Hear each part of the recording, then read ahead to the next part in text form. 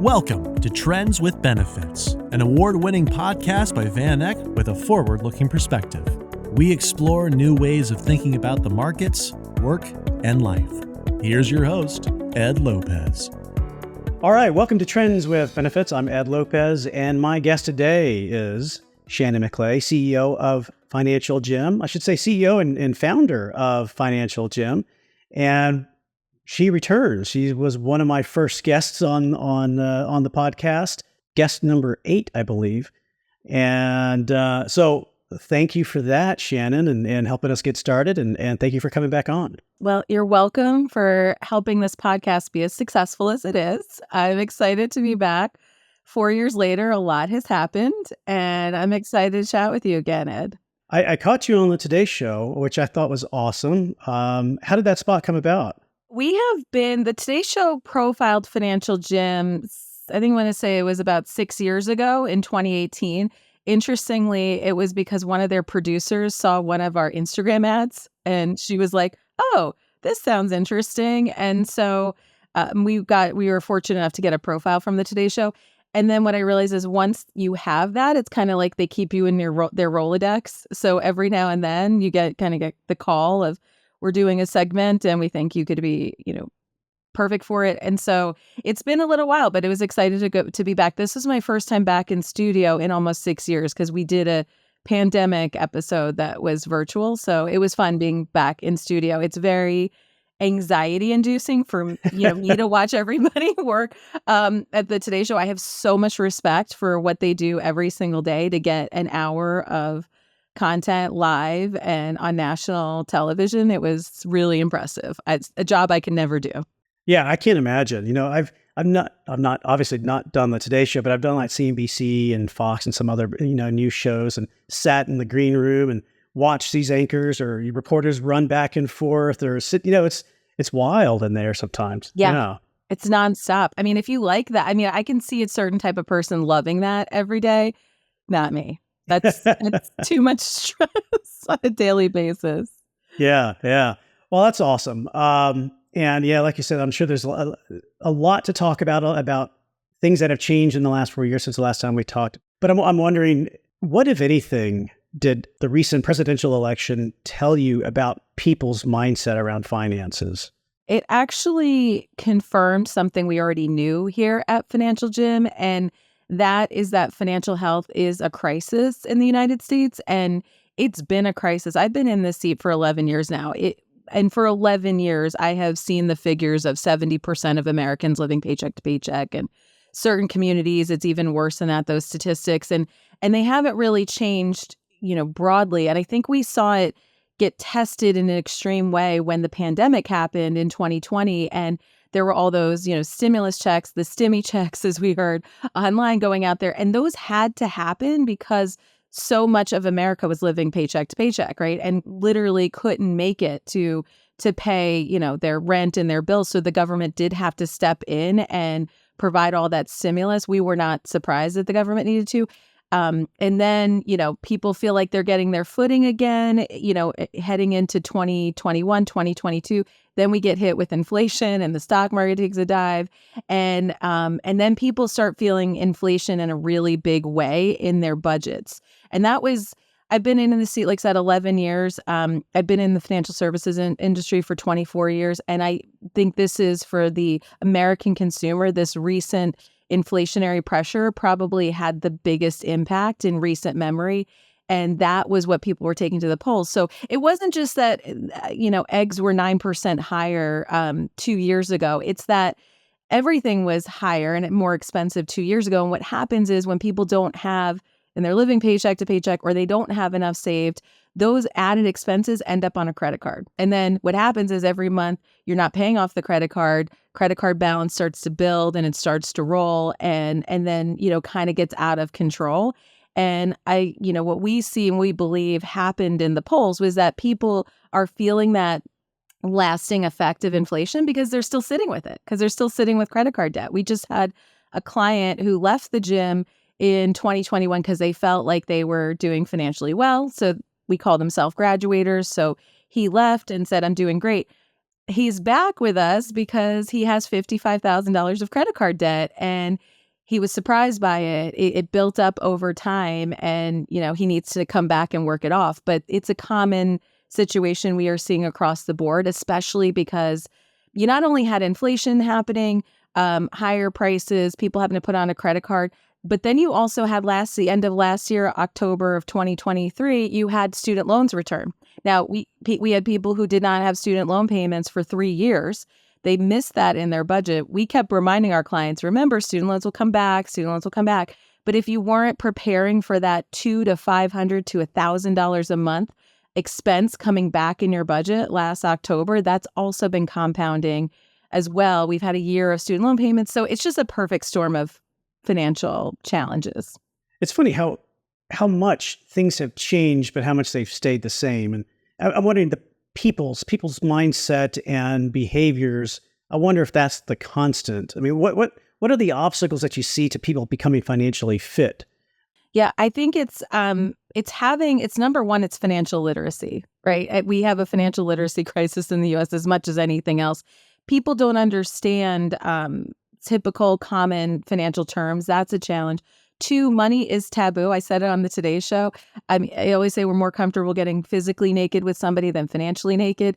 We don't want to share our money, so it's a source of shame for a lot of people. $55,000 of credit card debt was, a situation where this gentleman was shaming himself, and it's very common. I always say we're actually more alike financially than anything else in this country, and most of us are challenged with that, and having a game plan and having a partner to kind of fix your financial situation is really difficult as well. So it's education, it's the having a partner, and money still being taboo. If we spoke more openly about our financial situation, I think people would feel more comfortable looking at it, working through it.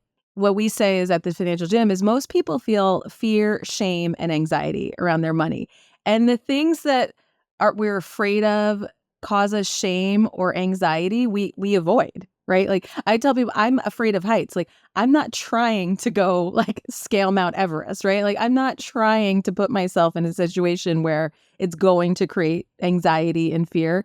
We avoid those things. It's self-preservation. But the problem is people feel that around their money, and we can't avoid it when it's our money, because that is another form of self-preservation, is financial wellness. So people's financial fitness, you'd say it's totally within their control. It's something that they can get a hold of and manage, or is there a part for government to play here, or, policymakers with regards to the economy, things like that? I think that there is a part for government to play. I do think there needs to be a requirement for financial literacy in education programs, whether it's in high school or college or where have you. I think more and more local governments or local municipalities are making those kind of statements and providing them. There's nothing widespread.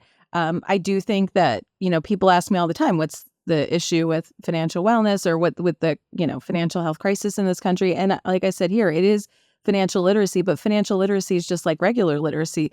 We have to learn it at home. We have to speak it. We have to be engaged in it. There's multiple prongs of attack that we have to take with financial literacy. It's not just, give somebody one course in high school and they're good.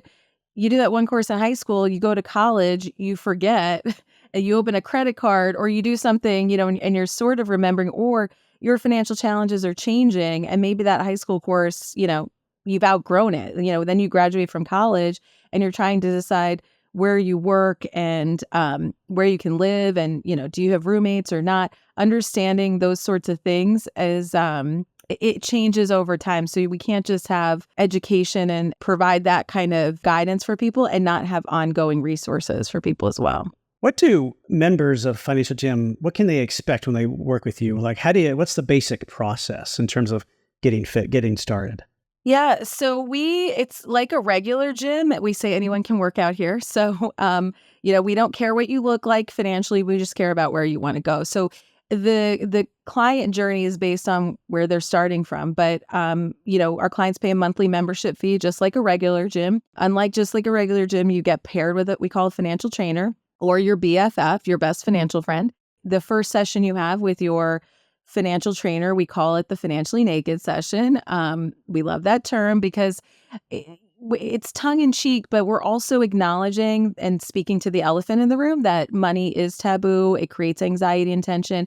And so what we're saying to our clients in that first session is we understand you're going to strip financially naked with us. You're going to share everything about your financial life, like your credit card debt, all your debts, all your assets. And we understand it might be the first time in your life you're ever doing that. Or for couples, it might be the first time couples are learning what's hiding behind bank accounts and statements and things like that. And so we understand it could be uncomfortable, but we want to create a safe space. We don't care what you look like financially.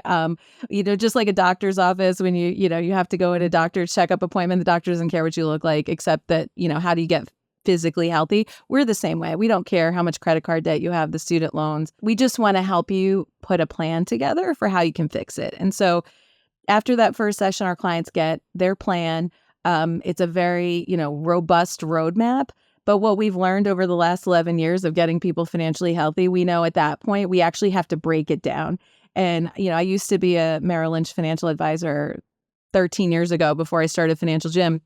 And I remember we would do these massive financial plans, like 150 pages and a lot of great information. And clients would just not know how to implement it, and I would hear all the time, it's great to have a plan, but what about the implementation? I think the secret sauce to what we have, and it's why we've been around for 11 years and why we have such a strong track record getting people financially healthy. Within a year, 90% of our clients are hitting their goals. It's not overnight for some people, but with time, we're getting everybody there. And the key is that ongoing work and the implementation of the plan and understanding that when you do a financial plan for somebody and they tell you, I want to retire, at 40 or I want to retire at 70, whatever they say, you realize that's a very big goal for most. Whatever the goals they're telling you, they're big goals.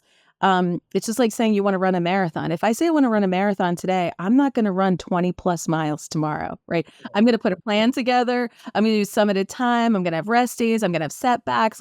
There's a process to get to that, goal. It's the same with money. So our clients in that first session are giving us some really big goals, some important goals, because that's going to keep them focused on, their health journey, their financial health journey, but also recognizing that it's going to take time. And we're going to break it down and we're going to implement the goals in a way that is going to make our clients feel really in control of their finances and have some early successes and then, keep building on that. How do you balance? I mean, I figure maybe a lot of people's issues might be with regards to spending, I guess, maybe spending too much. And maybe I'm overgeneralizing. I'm sure there's different scenarios, but how do you overcome somebody that thinks, well, how do I balance living now versus saving later? I've got to enjoy life before I'm old and can't do it. YOLO versus retirement or whatever term, or the girl math. Girl math is another term that's out there, with, trying to girl math it all. It's real. So emotional spending is real. So, to your point, Ed, you're spending too much. We don't judge or shame our clients. We're sometimes they're in a spendy season, right? They're booking a big trip they save for, or they're, going forward with their goals. And spending is fine. We don't judge people on their spending, but if they want to achieve other goals and their spending and their day to day is prohibiting them from, achieving long-term goals, that's where we want to course correct. And I talked about this on the Today Show, but it's true. The part of our process is we have our clients pick 1 to 2 non-negotiables of their spending, because we all spend money in a lot of different ways in a lot of different places. And so what we want our clients to tell us is, what are the 1 or 2 areas of your spending that are your non-negotiables? You will protect them above all things.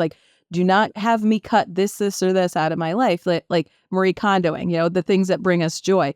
So most people will tell us that travel, health and wellness, and fur babies are their non-negotiables.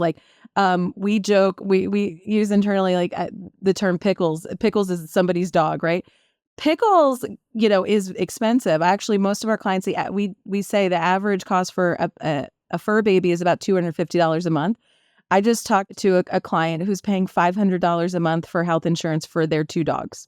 But you can't tell them to not spend that money on pickles. And I'm not going to tell them to not spend that money on pickles.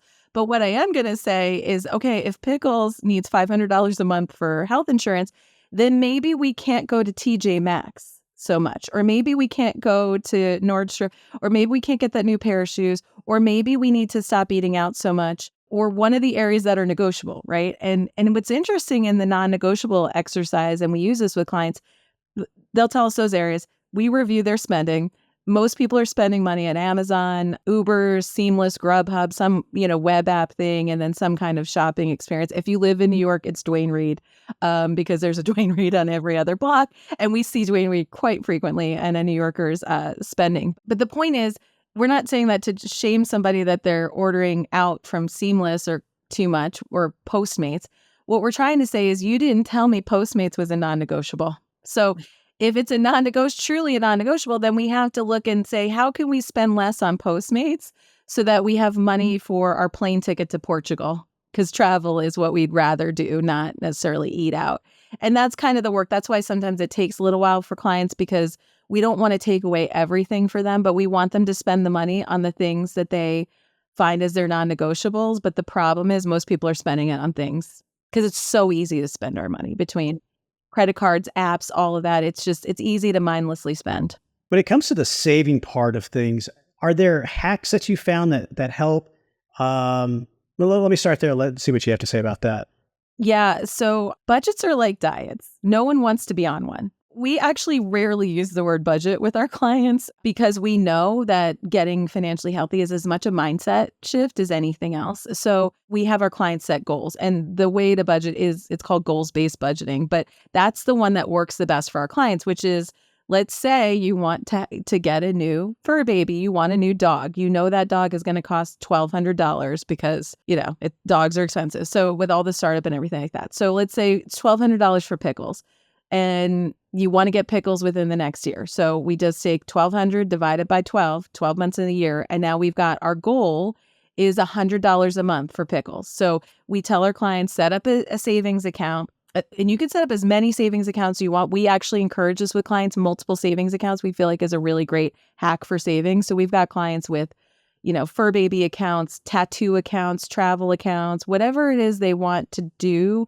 But we tell our clients, create that goal, name that account. It's the psychology of it all. Like, name that account Pickles. If Pickles is what you would name that dog, then call that account Pickles. So that way, and then create an auto transfer for $100 a month from your checking account to that savings account for Pickles and let that build.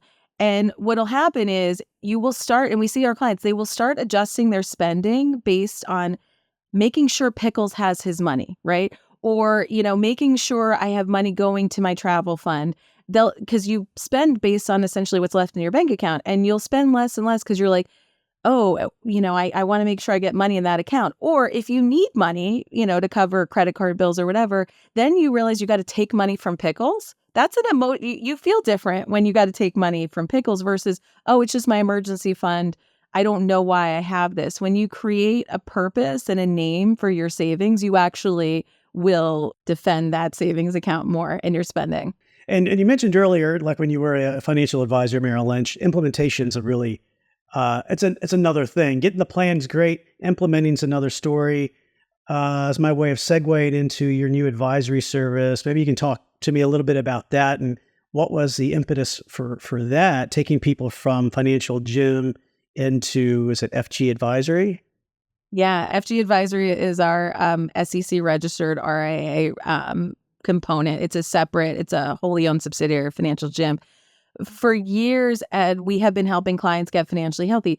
And over the last 4 or 5 years, I'd say we have seen our clients' wealth grow to the point where they could have an advisor, or they really need to be focused on investments and how they handle that. And because we, couldn't really cross that line with them, when we talk to clients, we joke that we're like the backseat driver, right? Like, we're like, hey, think you should go here or here. I think you should do this. But at the end of the day, our clients are driving the car. And so we can only say so much from the back seat. From the back seat, we were seeing a lot of our clients not really do investing well.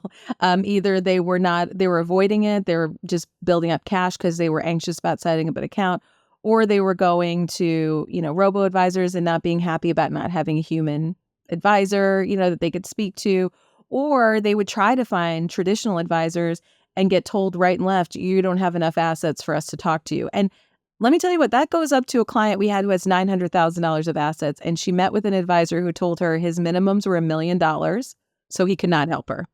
And I was like, okay. So meanwhile, her $900,000 is here, Ed, because we're like, congratulations, you've done an amazing job, and we'll help you continue to grow that. But so we had clients ask us, can't you just manage my money? Can't you help me with my money?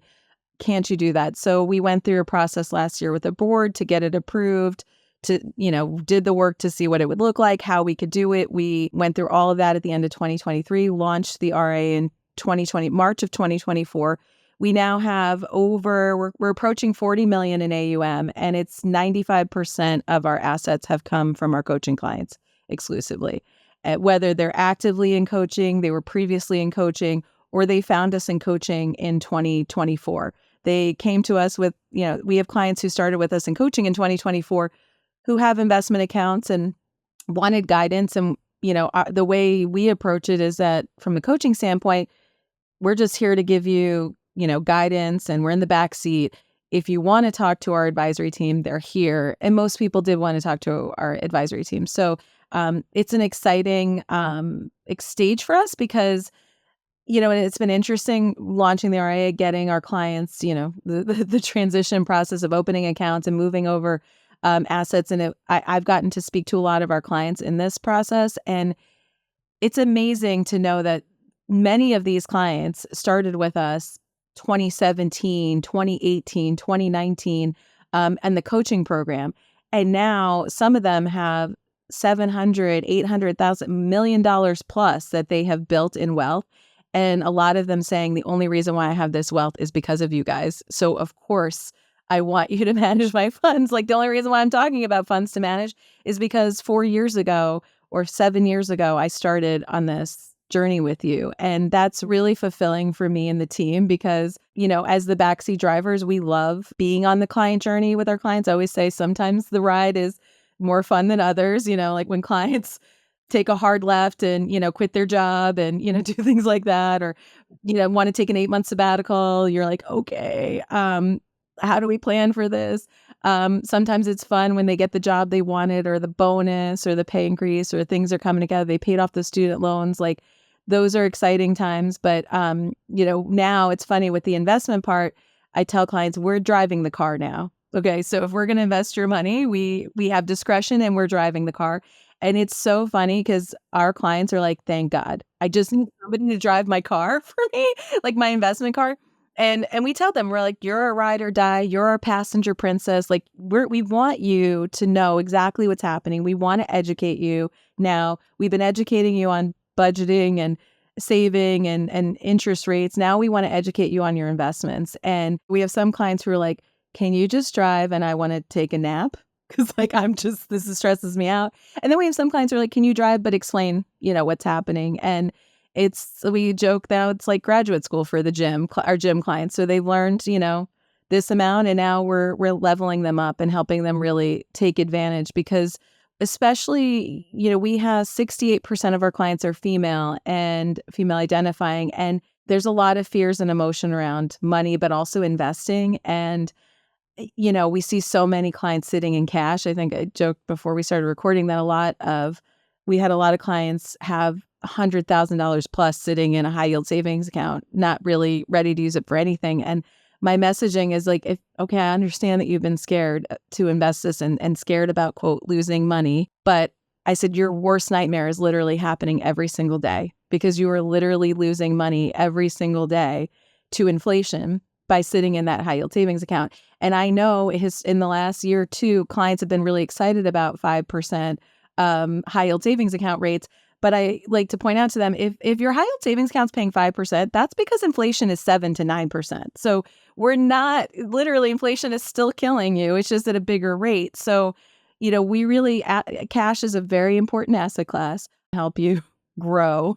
It's usually the worst performing asset class for that. And so it's been really, we've been excited to help, kind of educate our clients in the understanding the risks they take with investing, but also the rewards that they can get from it. And, and I said half of our job is just explaining volatility and getting our clients comfortable with volatility. Once they understand what's happening and why it's happening, and they're fine. But when you don't know, and you see like what we had in August, that massive market drop for what reason, they get scared. But they just need to be talked, and not even off the ledge. They just need the education around understanding what's happening, and understanding that we have a plan in place for them, and then they're more comfortable taking more risks. Totally. Does working with a client at that point follow kind of a similar process as in the gym, where you have buckets for certain goals and investments towards those? Yeah. Goals-based planning is certainly like what we extend through the advisory. And so, and we also, the advisory arm works with non-financial gym clients as well. So if somebody is listening to this and wants to work with our team, you don't have to be a gym client. But we do take that approach with advisories. We're focusing on goals, we're planning, we're investing, basing asset allocation according to goals and what they're wanting to achieve. Most of our clients, I think it's 90% of our advisory clients, are under the age of 60 as well, which I think is really important to know. And the thing that we're communicating with them is, you've got time. Like, we've got time in these retirement accounts to like really see some meaningful returns. And what we've been seeing in the retirement accounts is too much cash, Ed, or under investing because they're afraid. And we're like, we get it, but this bucket needs to be doing more. And so again, I feel like our work is just kind of really preparing, and volatility is part of the market. We have our ways of communicating and helping we call it here gym-splaining, how we explain certain topics to clients in a way that they can understand and get. And it's really fascinating, because when you start with a meeting with clients, and we have our investment education session we do when our clients are setting their asset allocations with us, the clients start with this feeling in the beginning of the session of like, I don't want to be risky. I don't want my money to be too risky. I don't want to be too risky. And then we explain, and we show them the history of the stock market. We talk through expectations of performance returns over time, all of this. And then by the end of the session, they're like, I want to be on the most aggressive, like set me as the most aggressive. Like, I'm comfortable. I get it. Cause it's just, I remember when I was at Merrill Lynch 15 years ago, learning, new advisor, getting training. And I remember having one of the advisors say, investing's just like a roller coaster. Like, it's always going to go up and down. Like, the markets are always going to go up and down. And it was an aha that I had, that I was like, that's how you communicate with people. If you know what you're going to get when, just preparing them, it's like, it's always going to go up and down. You're checking it. Most people are used to what their checking account or their savings account is doing, which is staying mostly flat. Hopefully, if you're, saving or not spending all of it. And, they're just not used to, seeing their money go up and down, and understanding the difference between a realized loss and an unrealized loss, and what that means. And so again, it's all educate, goes back to the financial literacy at the top, like I said. In your new advisory capacity, is there still room for the client to work with other advisors as well, or how does that work now? Yes. So we've had clients who, move one account to us. They have another advisor. We're always happy to be on the team in whatever capacity we're playing on the team. So we're team players, and but I always tell people, I'm like, don't come to us if you're trying to like beat performance of another advisor. Like, every advisor has their approach and the way they want to work with clients. And our approach is, we really want to take a planning perspective. I mean, we've been planning with our clients, from the coaching angle, and we want to be planners with them, and we want to be, I tell clients, sometimes our fee, it doesn't necessarily come from our investment returns. It's going to come from the guidance we're going to give you, and how to avoid to not pay more fees on something else. Or, we have clients who talk about taking money out of their investment account to make upgrades on their homes. And we're like, how about looking at a home equity line of credit for that? Or like looking at different solutions for different life choices. Or we have clients who are talking about long-term care insurance. Long-term care insurance as a solution, it's very expensive, and it doesn't tend to give you certain returns. So like helping clients, pick other ways to like solve for the problems they're trying to solve for. I feel like that's where we earn our fee.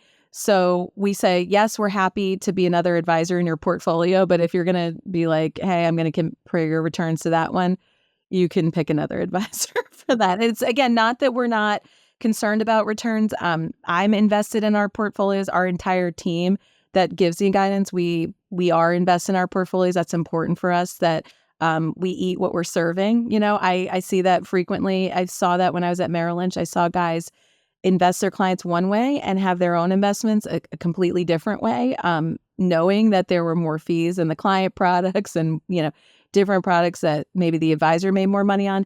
And for us, it's really important that if I'm going to look you in the eye and say, I really think this is the right fit for you, that I can't guarantee your future performance, but I can let you know that I'm also in it too. And I'm bought into, making the right decisions where our investments are concerned as well. Well, it's been great to see Financial Gym progress and evolve. What's one long-term trend you see playing out over the next several years? I think that if you are somebody who works on employee solutions like 401k plans and that such, I think you will have to provide coaching to those employees. That coaching movement has changed a lot in 11 years.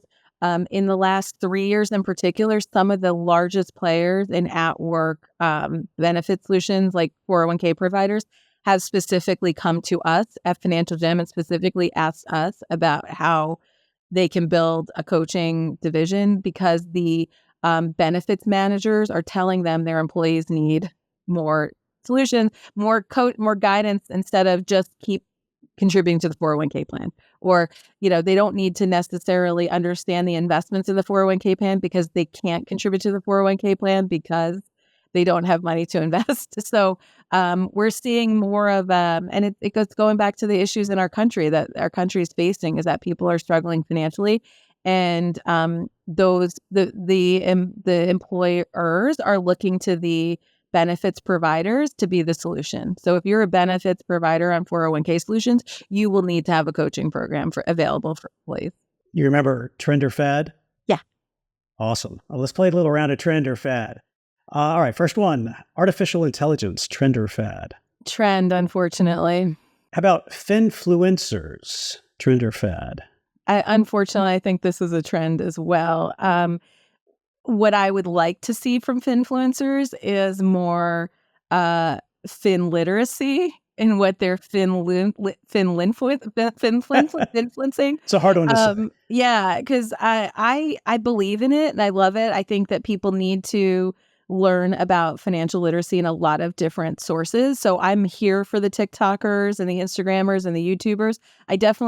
I love that for, more voices communicating the right way. What I don't love is when it's the wrong messaging, and because a financial services company has enough money to pay an influencer, that might be the wrong messaging. So I think it's a trend. I just wish I saw better influence coming out of the influencers. I asked you about this one last time, but let's see if things have changed over the last 4 years. Bitcoin, trend or fad?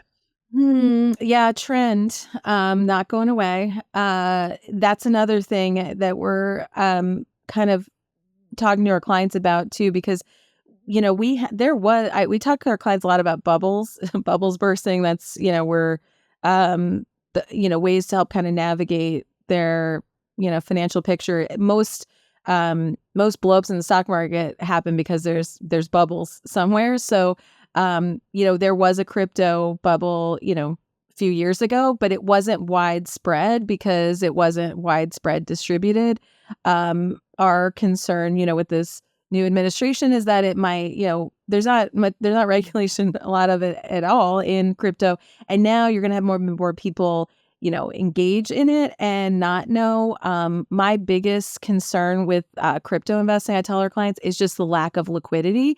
And that's what happened and proved itself out in 2022, whenever, some of these companies started bottoming out, is because there was a run, right? There's a crypto run, and whenever there's a run, where are you getting your money from? And that's always my concern, is like when there's a run, and that's my concern with crypto overall, is that it's, when there's a run, and where do you go? And just to make sure, whether we want our clients invested in it, in moderation, like no more than 5% of their portfolio. and that we just monitor it because we did see a number of clients kind of get stuck a few years ago, and now it's coming back. But if you really needed that money over the last few years, it's hard to get, and that's our concern with an illiquid investment like crypto. All right, the last one, Cybertruck, trend or fad? Oh, golly. I really, really, really hope, Ed, that it is a fad. That is the ugliest car I've ever seen. And I mean, to each their own, to each their own. I think that they went a little bit too far with the design and matching that concept, but who knows? I mean, to each their own. Yeah. Well, amen. Well, that's it. This is awesome. Shannon, thank you so much. Thank you, Ed. What's the best way for people to learn more about Financial Gym or follow what you guys are doing? Awesome. FinancialGym.com is our website. We're on all social channels at The Financial Gym, and we have plenty of free resources, literacy education on our website. So and our social channels. So if you're looking for a fin influencer that is doing it right, please follow our team. Indeed. Awesome. Well, thanks again. And thank you for tuning in to another episode of Trends with Benefits.